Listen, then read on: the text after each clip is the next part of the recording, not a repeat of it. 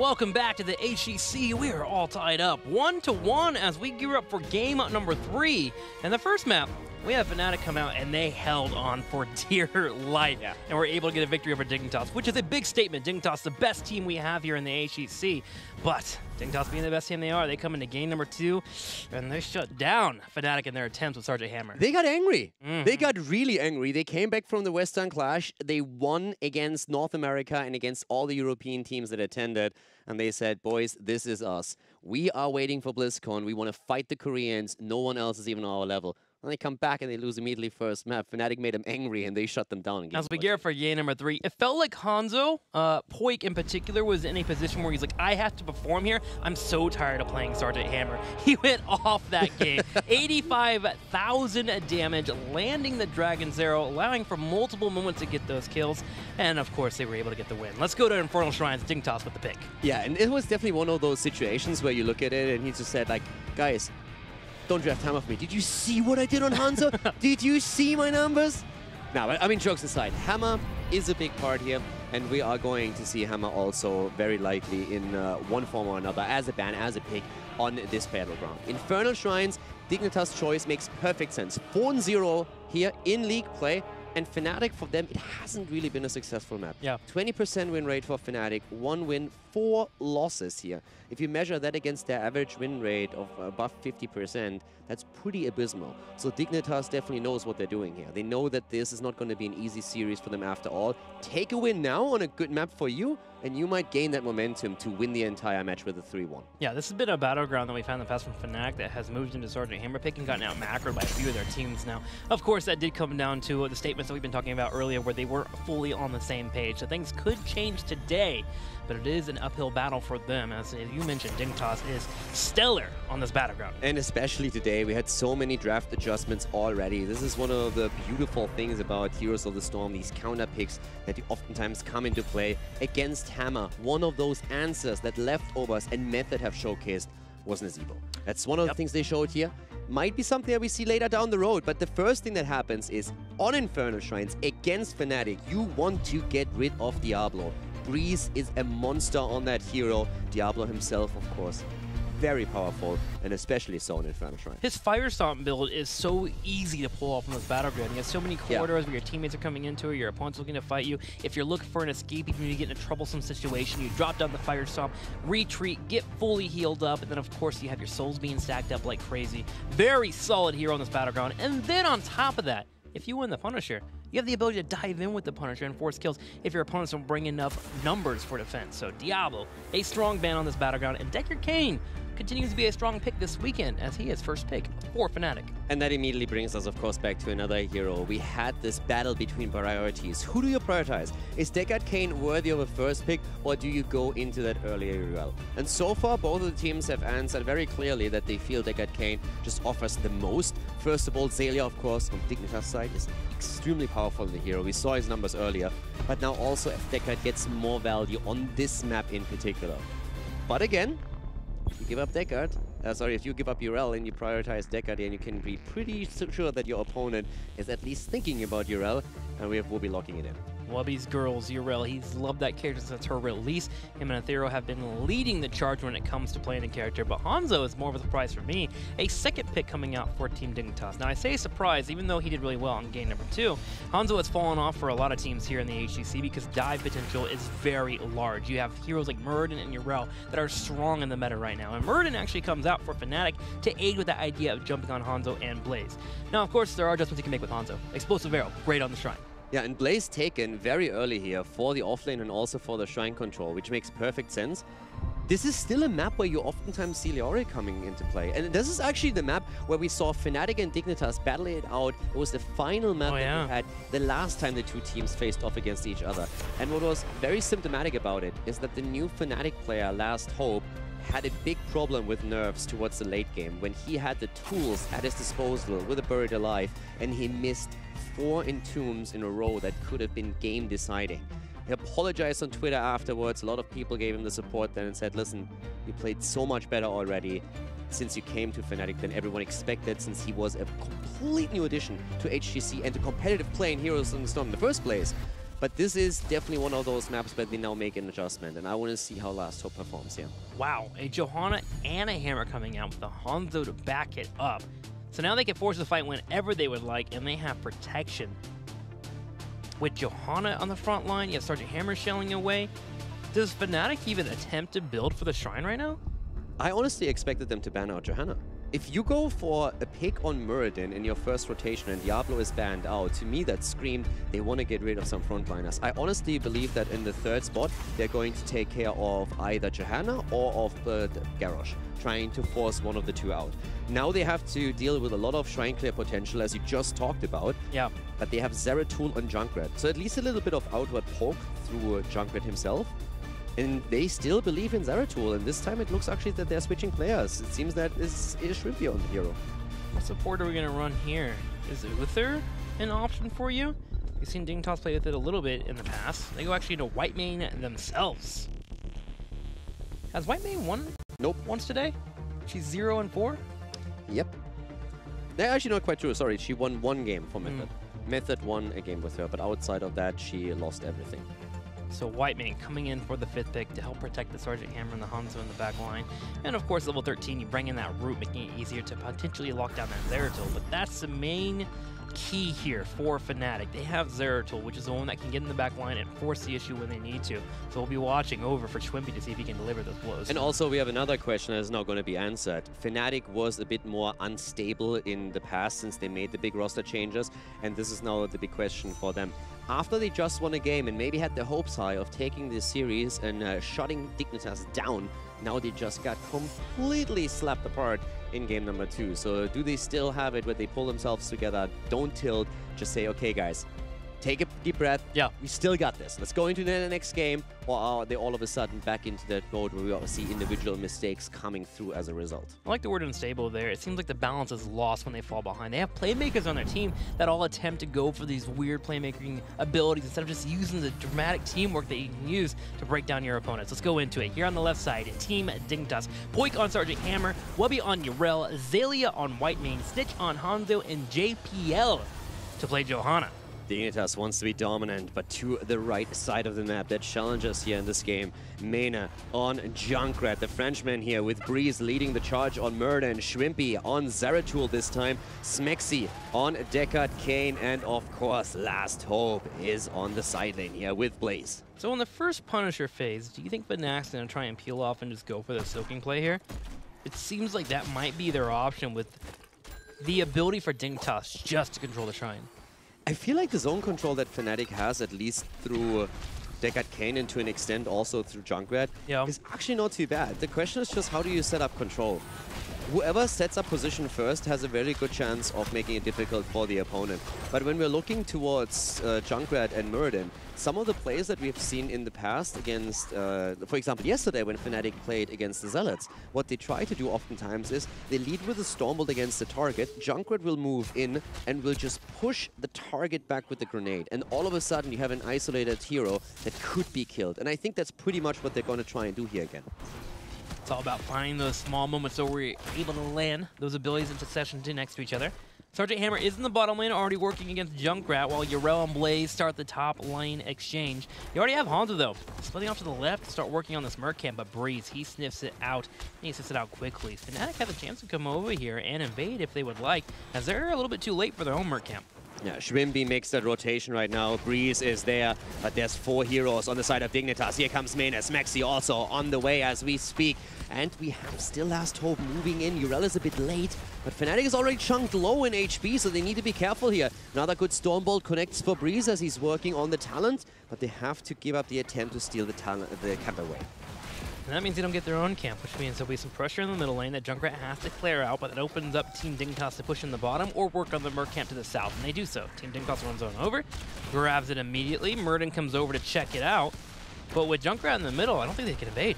Yeah, another Stormbolt. I mean, Breeze is really just trying to weave those Stormbolts in now. He's sitting at 5 stacks, and the faster you complete that quest, the better, of course. It's always underestimated how much of an impact that quest actually has for Muradin, because it's not only that Pierce. This is something that people think about immediately. You get the Pierce, and that's great if you are in a closed-off area where people are stacking, you get the double stun in. But even more importantly at times can really be that cooldown reduction that you get through auto attacks, because it allows you, if you're very active in the team fight and you weave mechanically these auto attacks in, it gets you additional storm bolts over and over again, and that can make Muradin a massive, massive force to be reckoned with. So that's something that Fnatic is going to try and get as fast as possible. You become sticky like honey when that level 7 comes online, given the axe coming in there, the storm bolts popping in, working those auto attacks.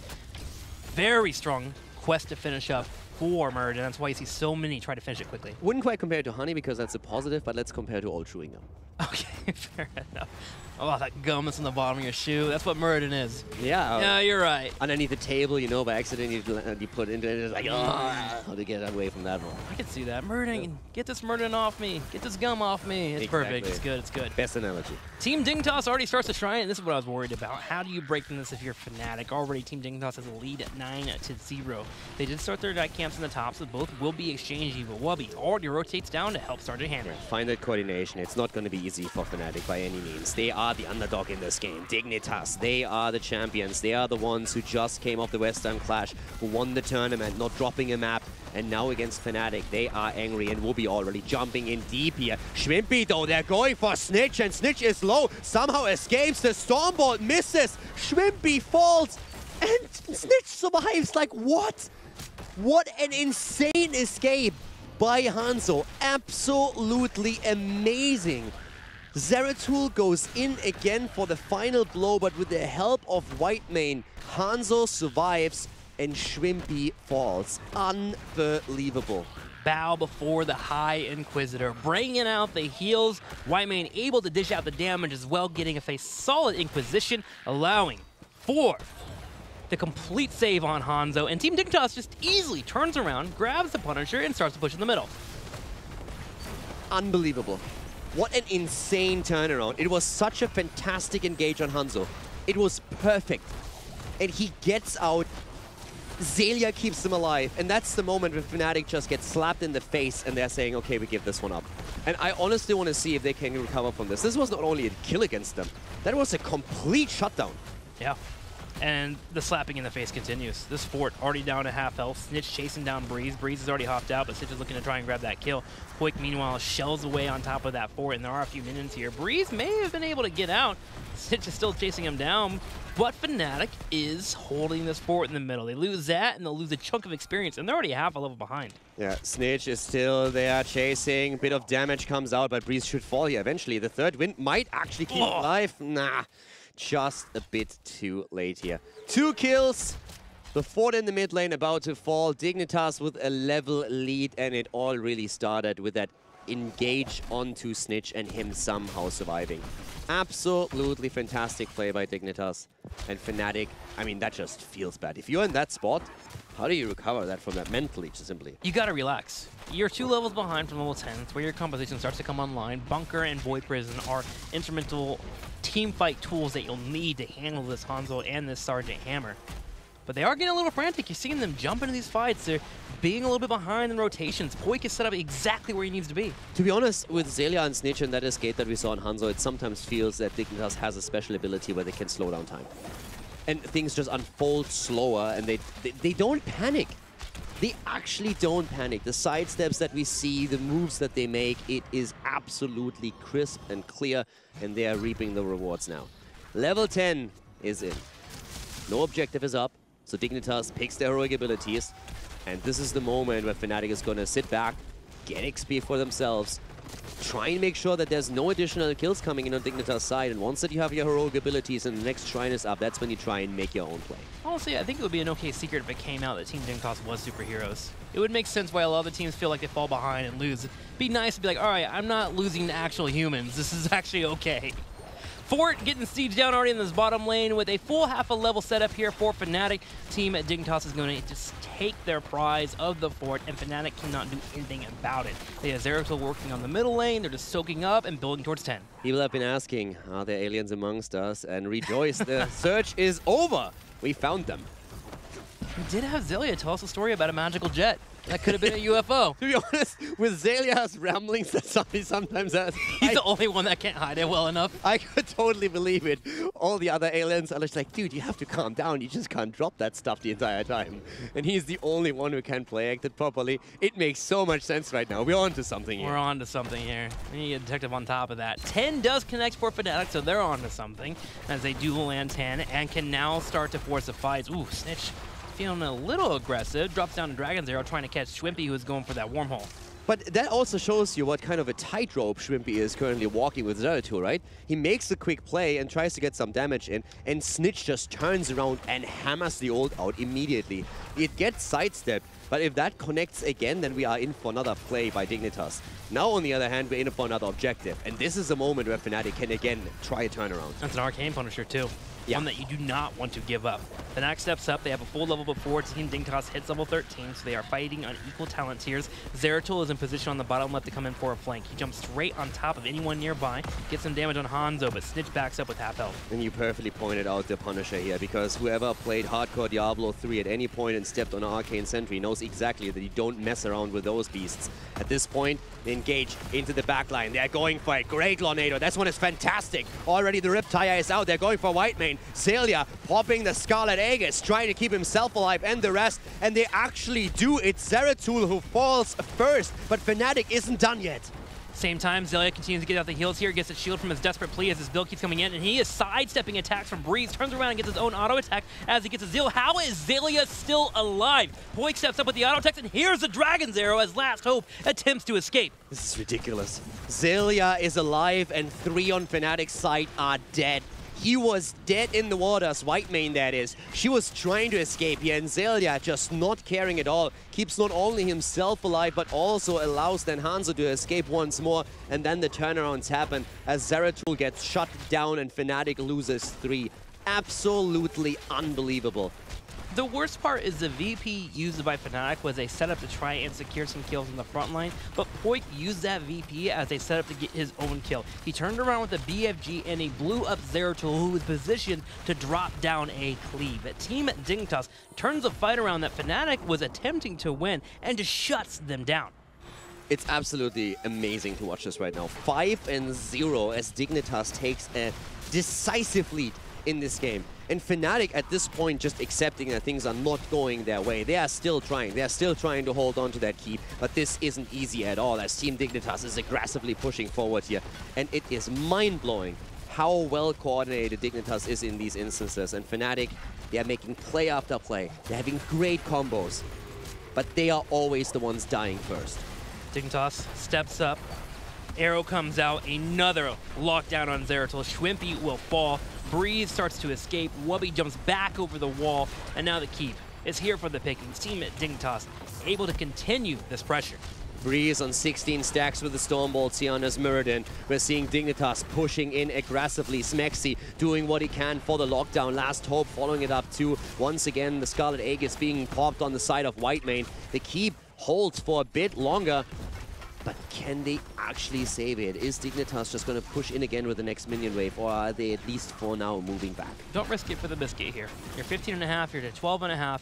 Fnatic's working on 13, they have VP. Yeah, if it was a Muffin, you would go for it, but for a biscuit, like, I'm not really feeling it either. You go for the all-in-place for Muffins, but never for biscuits there. That keep in the top right corner, you can clear that up later. You can get a night camp later. Just back up, keep this level lead you have, and work towards 16. Exactly. Blueberry Muffin. If it was for a banana nut muffin, that's where you just go all out. But in this case, move back, play it safe, and Dignitas has every reason to play it safe.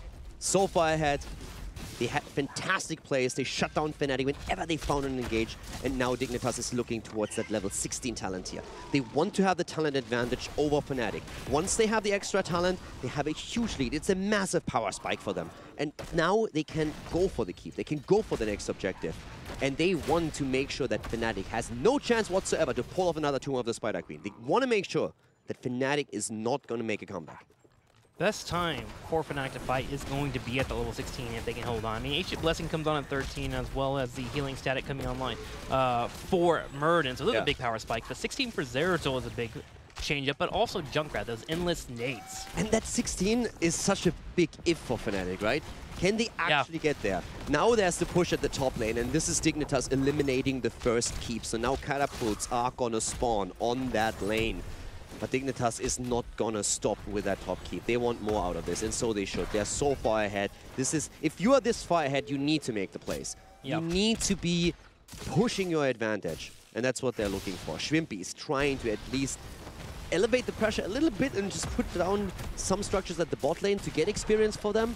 But they are just in a defensive position here and just getting hammered into the ground. Dignitas is just picking a la carte. Here, I'll take a keep, I'll take a turret, I'll take a gate, here's a couple minions. Oh, there's a Zeratul, that looks nice. A couple of picks here and there, but Fnatic has to turn it around, stop this buffet as it continues to keep falling. They know exactly where he is. Shwimpy's in trouble.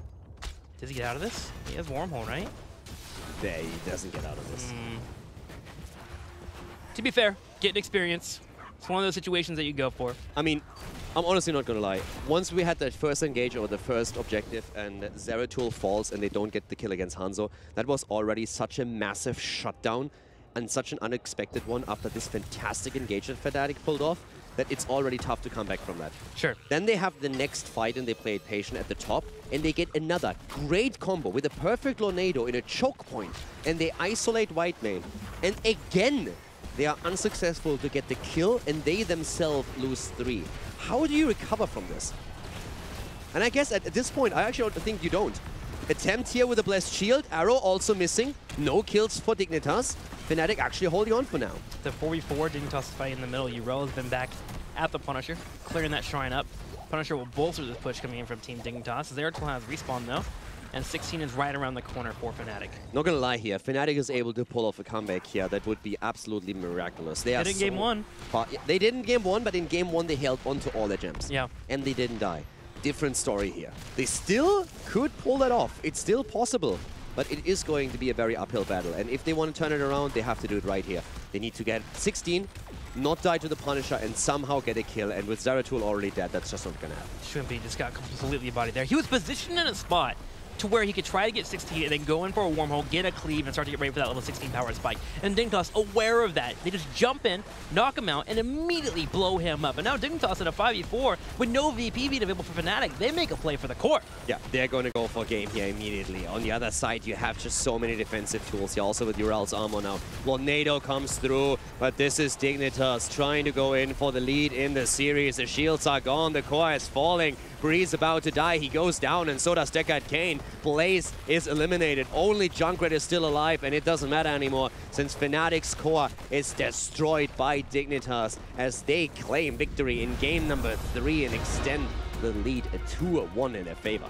It's the same story over and over again. Game number 1, Dignitas may need to take some time to rev up, but once they get going, they go a long distance. Game number 2 and game number 3 have been a display on how to shut down your opponent. Hanzo looking great, but Wubby able to find Zeratul in multiple fights. Shwimpy had a hard game this game, 5 deaths. Yeah, Shwimpy was definitely chased down hard. To be fair, a lot of disengages against a lesser team, Fnatic would have dominated. It's actually, yeah, I honestly believe that. The first move against Hanzo, if that is successful, you win the first Punisher. It's a completely different game. Sure. And very few teams, if any, outside of Dignitas and maybe Gen G, are able to save Hanzo in that situation. That was fantastic play by Dignitas, and I think very few teams are able to pull that off. But as it stands, for Fnatic, I think it's rough that there's no mini break right now. Because if that was the case, they could just take a deep breath, look at this and say, okay, guys, draft didn't quite work out for us. How do we approach this right now? How do we deal with this? Do we have to prioritize Yrel differently? Is that a hero that we need to grab for ourselves? Is our faith in Zeratul really justified? Or do we just let that go now? Because this was the second time in a row, granted different players, but similar results. So game 1 was strong by Fnatic from a strategic point of view. Game 2, they had a couple of cool team fights, but once it snowballed, it completely turned around against them. I mean, game number 3 was just a shutdown from start to finish.